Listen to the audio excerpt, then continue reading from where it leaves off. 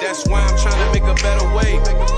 Whole new crib in a better place. Get my people out the hood, we'll see better days. Tell a fan sorry, y'all let them wait. Shit up there like a Saturday. Listen to me how I beat this beat up like a battle. Yo, what up, guys? This is your boy Kofi with KO Sports Talk, back at with another video. And guys, we are going to be discussing the divisional matchups. I'm going to be going over the divisional matchups that just happened this past week. And man, we're going to be discussing the head coaching search, guys, for today's video, guys. But before we start this video, guys, make sure to like and subscribe, and make sure to hit that notification bell so you can get the latest and greatest in regards to Chicago Bears news, and not only Chicago Bears news, but Chicago sports in general. But let's dive into this video, guys. Guys, the divisional matchups have just wrapped up this past week, guys, and I just kind of wanted to go over some of the games that just happened this past week. I know the first game that happened, of course, was the Kansas City Chiefs on Saturday. The Kansas City Chiefs faced the Houston Texans yesterday. And man, oh man, bro, this game almost came down to the wire. Like literally, it almost came down to the wire. It was a close game. It was 10-10 going into the fourth quarter.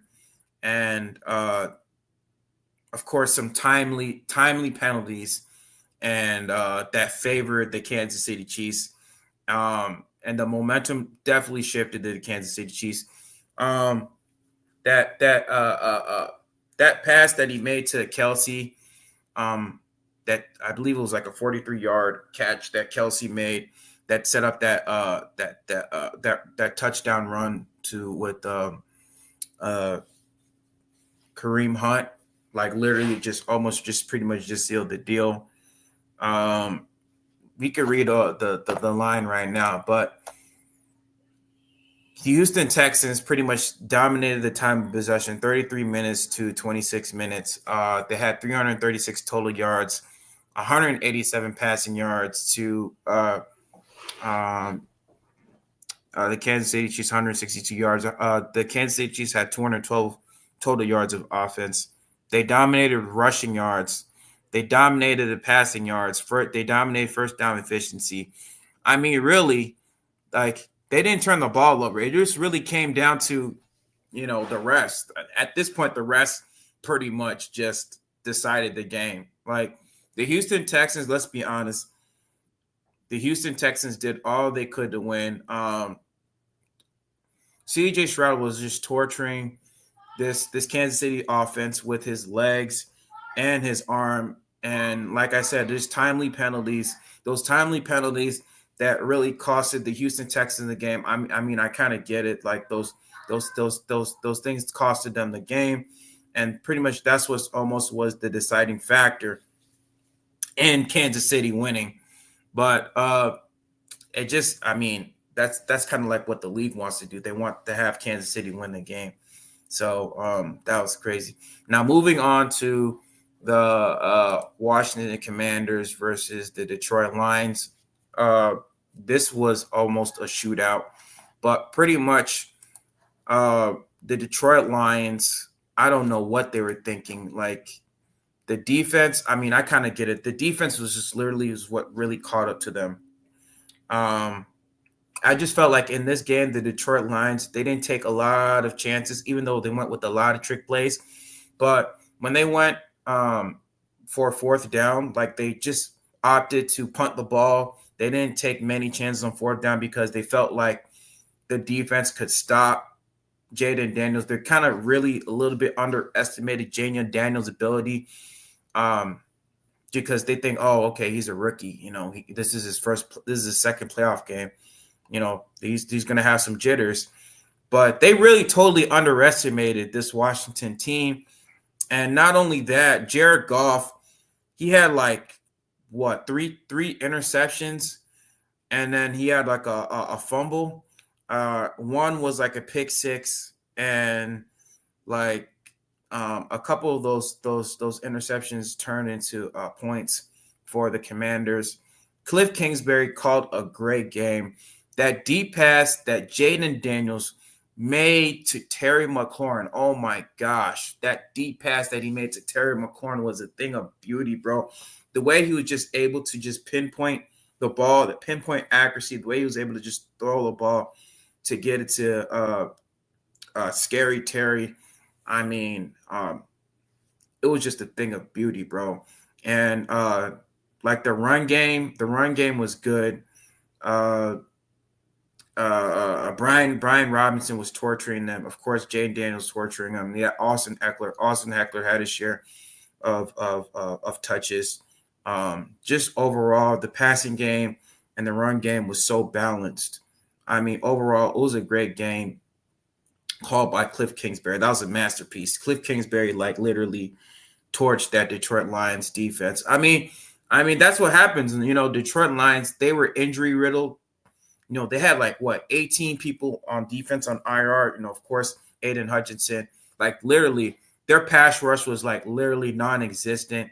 They really couldn't get to Jaden Daniels. Jaden Daniels was having his way, with this Detroit Lions defense. Man, he was just slicing and dicing this defense. Zach Ertz had his play. I think Zach Ertz, he had a touchdown. I believe Zacchaeus, he had another touchdown. I think he had two passing touchdowns, if I'm not mistaken. Jay Daniels had 2 passing touchdowns. He had then there was a couple of touchdowns by Brian Robinson on the ground. But overall, man, this Washington team literally torched this Detroit Lions defense. But we also got to give it up to Ben Johnson. I know he did come up with the cute play where he came up with this end around trick play to give it to Jameson Williams. And Jameson Williams, he threw it into double coverage, which pretty much caused the interception. But other than that, he also did a play where he did another end around with Jameson Williams. Jameson Williams ran it in for a 69-yard touchdown. That was a great game. And then I believe Jared Goff, he had a couple touchdowns in that game. He had 1 touchdown. He played terribly. But overall, man, it was good. Jahmyr Gibbs, that kid is a star, bro. He had 105 yards, 7.5 yards per carry, and 2 touchdowns. So the Detroit's total offense, I'm going to read this off.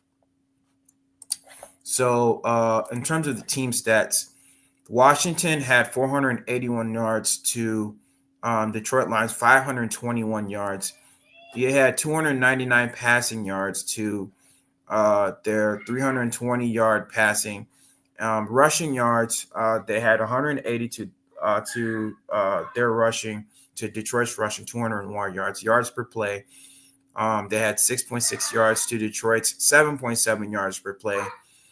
First downs, Washington had 27 first downs to Detroit's 30 first downs, and third down efficiency was pretty much almost neck and neck.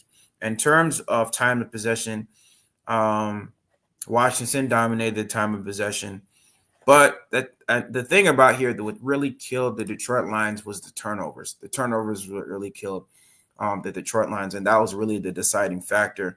I think without those turnovers, Detroit Lions might have had the edge because, a lot of people think that, Ben Johnson, he didn't call a good game. I thought he called a masterful game. I thought he called a really, really great game. He did all that he could to go out. Like he said, 502. Can't even talk right now. Over 500 total yards of offense, man. He did all that he could to call a great game. He schemed up a lot of players to get wide open. He was opening up the rushing game, with Jahmyr Gibbs. He called even though he did get cute on some of his plays, at the end of the day, he did all that he could to pretty much just help his team win. But Jared Goff is just, he just had a terrible, terrible game. And people are see why, especially with Sean McVay, you definitely see why he traded he traded Jared Goff, but it is what it is, though. It is what it is. In the next game, of course, the Philadelphia Eagles and the Los Angeles Rams. This game, it was an interesting game. They definitely played in the snow. With this game, it was pretty much just almost a back and forth matchup. The first drive, the Philadelphia Eagles ran it in. They drove it in for a touchdown. I believe you see that game. Jalen Hurts, he ran for like a 44-yard touchdown. The first drive that game. And then the second quarter, and then I think it was the second or the third drive. The second drive, Saquon Barkley, he ran it in for another touchdown, which made it a 13-6 game. Oh man, where am I at? Hold on.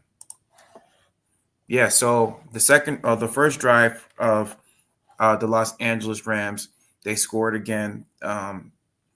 Matthew Stafford, they drove the ball in, and then he threw a touchdown to Tyler Higbee. And then on Philadelphia second drive, Saquon Barkley ran it in for a touchdown. Now the second quarter was more of a defensive matchup. Only the Philadelphia Eagles, only the LA Rams scored on a field goal. And in the second half, it started kind of ramping up a little bit. The first drive of the game, Philadelphia had it, but they couldn't score, and so the Los Angeles Rams, they get the ball back, and it was pretty much just a tie game. Overall, the second half was more. They really started. It was more of like a defensive matchup. Like I say, the Los Angeles Rams, they sacked Jalen Hurts like 8 or 9 times. They were getting to him. Jalen Hurts, he wasn't moving the ball too much, and they kind of hurt him a little bit during that game. But Jalen Hurts, he started clutching up in the fourth quarter. He made I believe it was a touchdown pass to no, it was a touchdown run.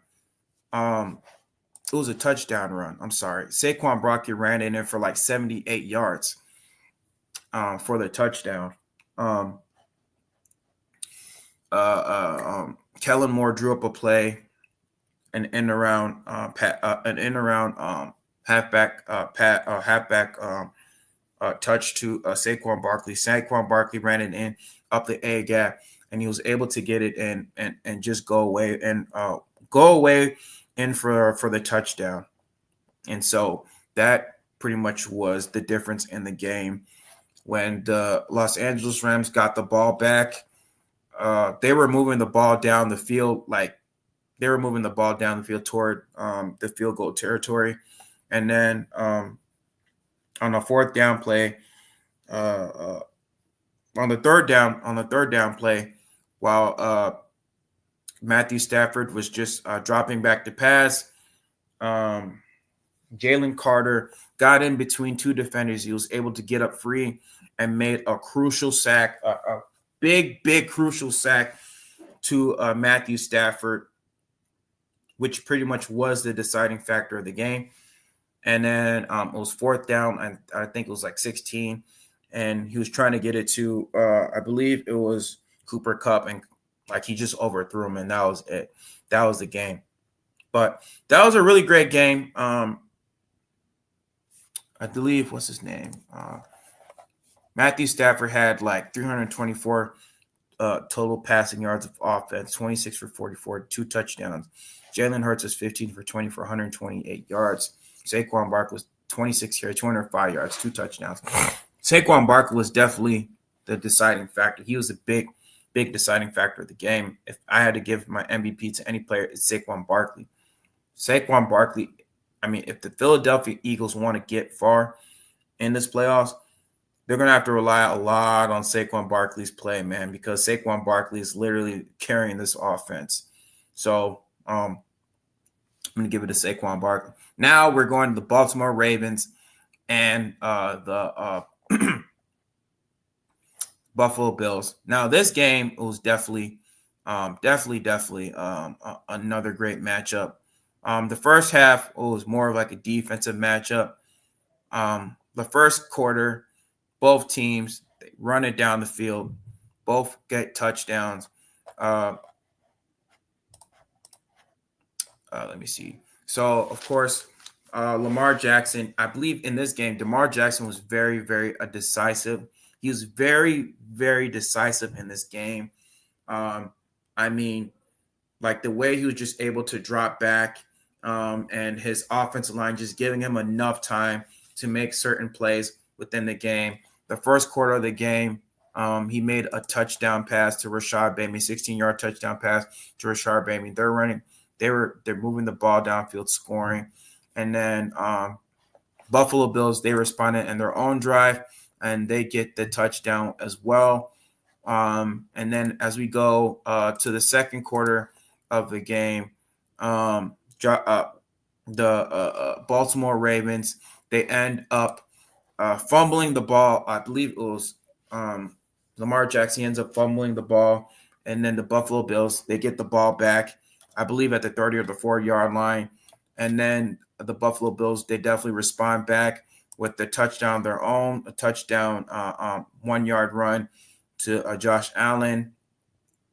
And then the Buffalo Bills, the Baltimore Ravens, they come back with another drive. They get a field goal. But then again, Josh Allen again and this offense respond with the touchdown of their own. He was with the 4-yard touchdown run to make it a 21-10 game. And then in the second half, Baltimore, they turn it I think they turned it over like maybe 3 or 4 times. They turn it over, but their defense, they kind of step up. They step up this game. And then toward the end of the game, Baltimore scores.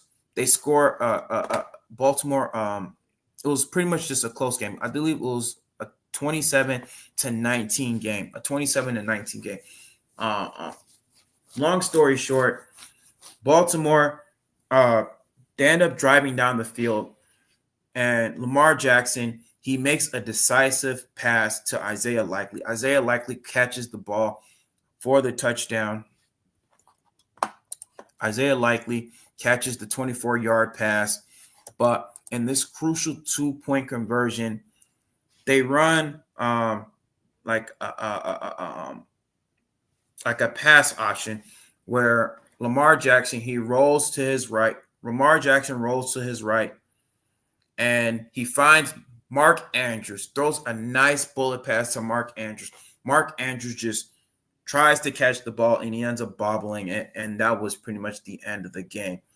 That was a heartbreaker for Baltimore. They could have tied the game going into overtime, and whoever wins that game, but probably would have gone to Baltimore. But if Baltimore made that 2-point conversion, Mark Andrews made that 2-point conversion, they probably would have had the momentum to win that game. But, Mark Andrews ends up fumbling that pass that from Lamar Jackson. Lamar Jackson made a nice pass to Mark Andrews, but he ends up just bobbling the pass and dropping it. And that was pretty much just the deciding factor. Now, in regards to these games, we got a couple of coordinators that are open to the Chicago Bears head coaching search. Now, we got candidates like Todd Monken. We got candidates at Todd Monken.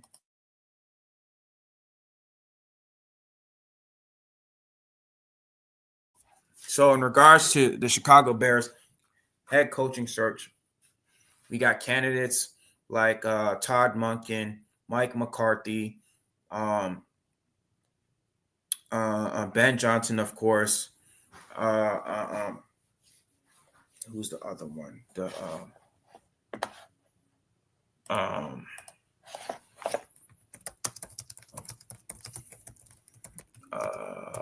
my God, I'm forgetting his name. Brian Flores. Yeah, Brian Flores, Mike McCarthy. I know they interviewed what's his name, Eddie George. Eddie George was interviewed by the Chicago Bears right after the Detroit Lions lost to the Washington Commanders. And so big ups to Eddie George for being a trooper, even though they knew they weren't going to hire him. You know, according to the Rooney Rule, I mean, we had to hire minority candidates. I know Ron Rivera, Chico Rivera, he got interviewed as well. Also, David Shaw also got interviewed. Vance Joseph, Cliff Kingsbury got interviewed. But really, this is really going to come down to either Mike McCarthy or Ben Johnson. I'm assuming the Bears are going to hire Ben Johnson. I know initially they tried to trade for Mike Tomlin, and I think with that move, that just showed you that the Bears are trying to go all in for the Chicago Bears head coaching search. They're trying to look for a player that's a head coach that's going to pair with Caleb Williams and establish a culture within this organization, a winning culture, because that's what we need. We got a lot of the pieces. We got some of the weapons. It's just that we need to shore up that offensive line, because I don't know what people are seeing from this offensive line. I've read some reports that the Chicago Bears saying that we got two of the top tackles in the league. I don't know what they're looking at. Braxton Jones is not a top left tackle in the league. He still struggles occasionally with the bull rush, and he gets occasionally beat. And not only that, he's dealt with injuries. Our offensive line has dealt with injuries. There's some people who are saying that our offensive line was top 10. No. Now, get it. I get it that Caleb Williams was a third of the sacks that he took. I get it. Yes, it was part of his fault. It was his fault. You know, but let's not forget that the offensive line was accounted for most of those sacks on Caleb Williams. Even if you take maybe 15 or 14, even 20, that's still a lot. 48 sacks, 53, 54 sacks that he's taken, even 53. That's still a lot of sacks by the offensive line. The fact that you drafted Kieran Amaganji, who was injury prone, the fact that you traded for Ryan Bates, who's also injury prone, shows, and the fact that you only spent $23 million on this offensive line, you're going to get what you pay for, and you're going to get a crappy offensive line. You're not going to get a top-tier offensive line that's going to block and allow your quarterback to play in structure. A lot of these guys are saying, oh, Caleb Williams wasn't playing in structure. Well, the reason why he was not able to play in structure is because he didn't have enough time to drop back and progress through his reads and have time to find his receivers, because his offensive line could not hold up. And so Ryan Poles and this future head coach, they're going to have to partner together and figure out a strategy to get this offensive line right. Stabilize that offensive line. Stabilize that defensive line, because our defensive line, they also couldn't stop the run at all. We were getting gashed up the middle. Even when Andrew Billings was here, Andrew Billings couldn't do anything to stop the run. And let's not forget Pickens. Zach Pickens was non-existent at all. He was a third-round pick. He's a bust. At this point, Zach Pickens is a bust. I don't care what anybody says. We need to draft a defensive tackle.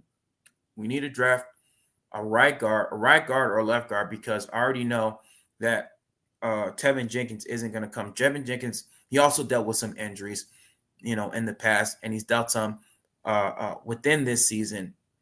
Our offensive line was not stable, and that's part of the reason why Caleb Williams got hurt or got sacked 68 times. Almost got hurt a couple times, but he was able to be a trooper and play all 17 games. But like I said, in my humble opinion, I think they're really the only two candidates that are being considered for hire are Ben Johnson and Mike McCarthy. Now, granted, if we don't get Ben Johnson, I think Mike McCarthy is a good option, because think about it. If you read his resume, Mike McCarthy, right? he accounted for 68% of total wins in the NFL. 68% total wins. This guy, I'm going to read McCarthy's coaching record. Let's read his coaching record. This guy is 174 and 112 and 2 ties, right?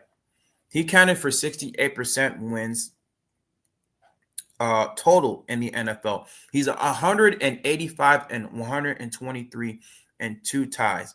That's over 60%. Yeah, 60% wins in the NFL. Total 60% wins in the NFL. He's also known for developing Aaron Rodgers, developing a young quarterback in Aaron Rodgers. He had the Dallas Cowboys went 3 straight seasons of 12 wins or more. 12 wins or more. And he comes from an offensive background. So in terms of the head coaching experience, he has that head coaching experience.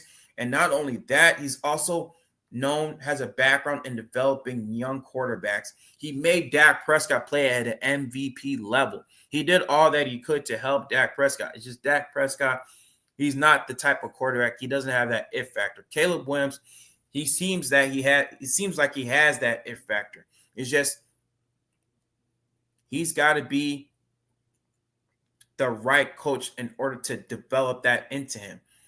I think Caleb Williams has it. It's just you got to coach it out of him. You got to coach that it factor out of him in order for him to develop into that top tier quarterback. And I think Mike McCarthy, he's a capable candidate. He's a capable candidate in helping Caleb Williams develop him into a star quarterback. Crazy that you were giving Poles another year. Sure, he's made a few good moves, but the bad moves are overwhelming. If it loses our chance at possibly great head coach, it'll just be part of the course. That's what it'll be. I mean, shoot. I mean, that's the Bears, man. The Bears. I mean, I wanted Ryan Poles fired too. The fact that they kept, Matt Eberflus is just crazy to me, Thomas. But it is what it is, man. We just got to trust the process. Now the difference between the Raiders and the Chicago Bears is that, of course, they don't have a GM. They still haven't hired their GM yet. We still have a GM. And the GM, at the end of the day, whether they like it or not, they got to be the one that's going to hire the head coach. And so I believe we have a leg up on them as well. Now, from what I'm reading from reports, according to Josina Anderson, she's pretty reputable source. Oh, breaking news. Breaking news. We got breaking news right now. Ben Johnson is going to be the Chicago Bears head coach. I'm pulling this up right now.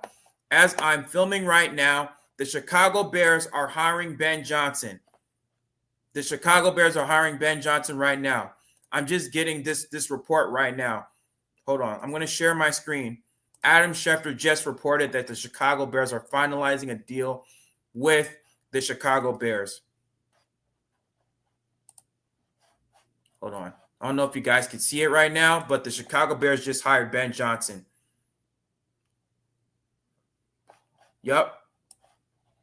Okay. Bear down. Chicago is finalizing a deal to hire Lions offensive coordinator Ben Johnson as its next head coach. Sources tell ESPN. Bears are getting their head coach. Wow. That is interesting. I mean, are we really surprised, guys? Are we really surprised? Hold on. Ben Johnson, guys, I'm just reporting this, is the Chicago Bears head coach, is the next Chicago Bears head coach. Hold on. I'm doing the breaking right now. Give me a sec, guys. Bears head coach. Wow. I told you. I knew it. I kind of knew it. Ben Johnson is going to be your head coach. I mean, it's already decided. Yeah, Ben Johnson is going to be the Chicago Bears head coach. I mean, Like, really, are we really surprised? I was not surprised. Everybody kind of knew Ben Johnson was going to come to Chicago. Ben Johnson was giving so much praise to Caleb Williams, saying that when he threw the ball almost whistles out of his arm. The fact that, the way he's able to move out the pocket, manipulate the pocket, able to move around, get out, and make those critical throws. I mean, this is really not a surprise. I mean, this is probably a surprise to Las Vegas Raiders fans now that we got Ben Johnson. But Ben Johnson, guys, he's going to be your Chicago Bears head coach. Right now, they're just finalizing a deal to get him to be the head coach, guys. But it's really not a surprise to me. I already knew. It was only a matter of time that this was going to happen. But like I said, guys, if you're joining today, breaking news, Ben Johnson is going to be the next head coach for the Chicago Bears. It's just really the only thing is that this is going to be a home run hire. This is going to be like a swing and miss hire, because at the end of the day, we don't know what to expect from Ben Johnson, because Ben Johnson has never been a head coach. But this is a swing for the fences type of hire. The Bears are really taking a risk with Ben Johnson. I mean, I know Ben Johnson and his camp were talking about how they want to go $15 million or more, but the Bears, they were going balls to the wall. We're going to pay whatever we're going to pay in order to get the talent out of Caleb Williams. And man, the Bears are not joking. The Bears are really not joking. They're doing whatever they can to make sure that the Chicago Bears are back in glory, that we're back to being monsters of the Midway, the Zoomers of the Midway. The offense is going to be Zoomers of the Midway. But yeah, this is not really a surprise to me. The writing was almost on the wall that Ben Johnson was going to be the Chicago Bears head coach. But yeah, guys, breaking news, guys. If you're joining today, man. Hey, let's go. I know. Hey, Thomas. Yeah, let's go, man. Yeah. I'm not going to get my hopes up. I mean, I am happy. I'm a little bit happy we got him. But at the end of the day, I am a little bit nervous. I am nervous as a Bears fan because I do not know what to expect. Like I said, man, like Ben Johnson, and the Detroit offense. I mean, we could read off his resume with Ben Johnson. I mean, what he's done with this Detroit Lions, is nothing short of amazing. I mean, we could read off what he's done. The last 3 years, the Detroit Lions offense were like top three. They were top three the last 3 years, from 2022 to 2024. This past year, Johnson called the top-ranked offense, was 33.2 points per game, first in the league, and set multiple records, including the most 40-point games without any turnovers, which was 5, and achieving the highest point per game in franchise history. The Lions had 6 games of 40 points and became the second team in NFL history to produce 4 different players with 1,000-yard scrimmages, and the first to do so to 2 wide receivers and 2 running backs, man. And he did it with Jared Goff, man. Jared Goff, who was literally casted to the wayside from the Los Angeles Rams. I'm like, he did that. And before Ben Johnson did his play calling, dude, like literally, keep this up, man. Good commentary. Literally, before he became a play caller for the Detroit Lions, I forgot who the play caller was. I think it was Anthony. He was the former head coach for the I think it was Anthony something. Anthony, who was the head coach for the Los Angeles Chargers before in 2018? It was Anthony Los Angeles Chargers. Anthony Lynn. Yeah, Anthony Lynn. I'm sorry, guys. My brain is like, I'm having a brain fog, bro. I'm like my mind is like all over the place, bro. I'm like, this is surprising news. I mean, it's great news. I'm glad because I wanted Ben Johnson. I really wanted Ben Johnson because I think Ben Johnson can really get a lot out of Caleb Williams. And now that he's going to be Chicago Bears head coach, I mean, I can only imagine what what he's gonna do. I mean, in terms of our our skill players, I mean, we do got skill players. I only wonder what they're gonna do. I wonder what they are going to do with Keenan Allen. Is he gonna bring back Keenan Allen probably to a 1-year deal? I wonder what Keenan Allen thinks. Is Keenan Allen gonna come back? And just like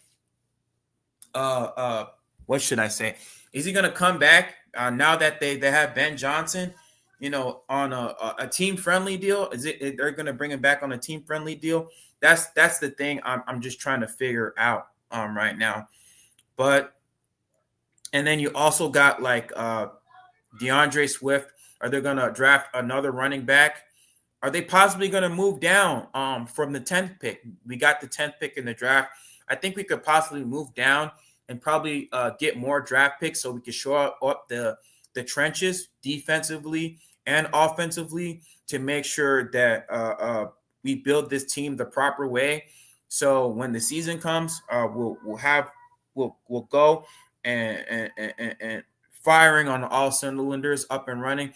But at the same time, Ben Johnson is going to be a first-time head coach, so I don't expect everything to be all roses and dandies, Candyland, and everything's just going to be all rose petals. We got to give him time in order to grow as a head coach because he is going to go through his rookie head coaching growing pains. He might make some timely wrong time management. He's going to be a rookie head coach, so give it time, guys. Give it time.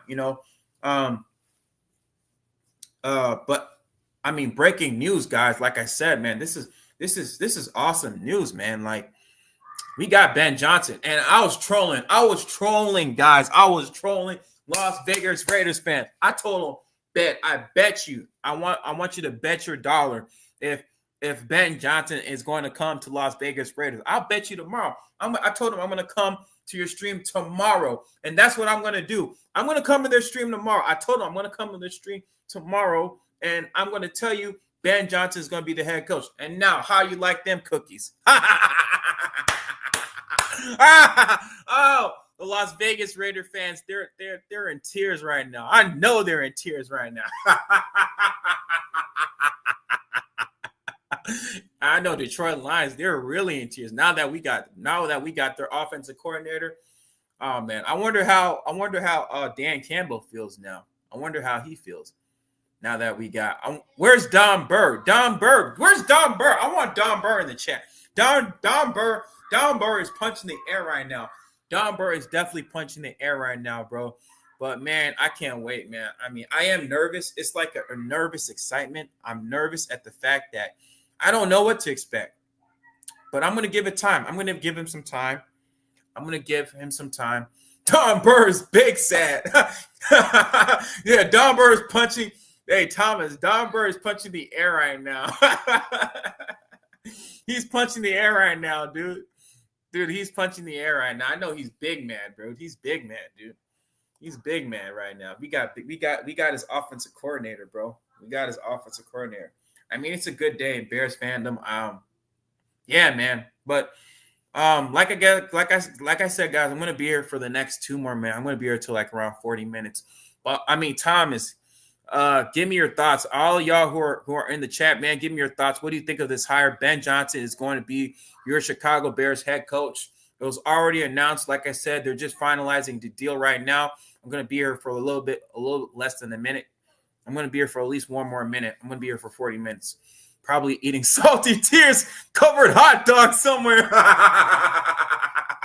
Oh yeah, and tomorrow I'm gonna do my predictions for the NFC Championship game and the AFC Championship game. So stay tuned for that. And I'm also going to be doing another video. I'm going to be doing a video on this Ben Johnson hiring and what he's going to expect for this team, what he's going to do with Ryan Poles and what he's going to draft in terms of the defensive and offensive line trenches, the type of players that he wants in order for his offense to work. I'm going to be breaking that all down tomorrow, so stay tuned tomorrow for that video, guys. But I am going to end this stream. It's coming up on 40 minutes. But, guys, Ben Johnson is your head coach. And guys, I'd like to thank you guys for coming on my stream. And I'm going to end this video so I can go and troll the Las Vegas Raiders fans, and then I can go and troll some Detroit Lions fans. But yeah, guys, this is your boy Kofi, and I'm signing out, guys. All right, guys. Peace. That's why I'm trying to make a better way. Whole new crib in a better. That's why I'm trying to make a better way. Whole new crib in a better place. Get my people out the hood, we'll see better days. Tell a fan sorry, y'all let them wait. Shit up there like a Saturday.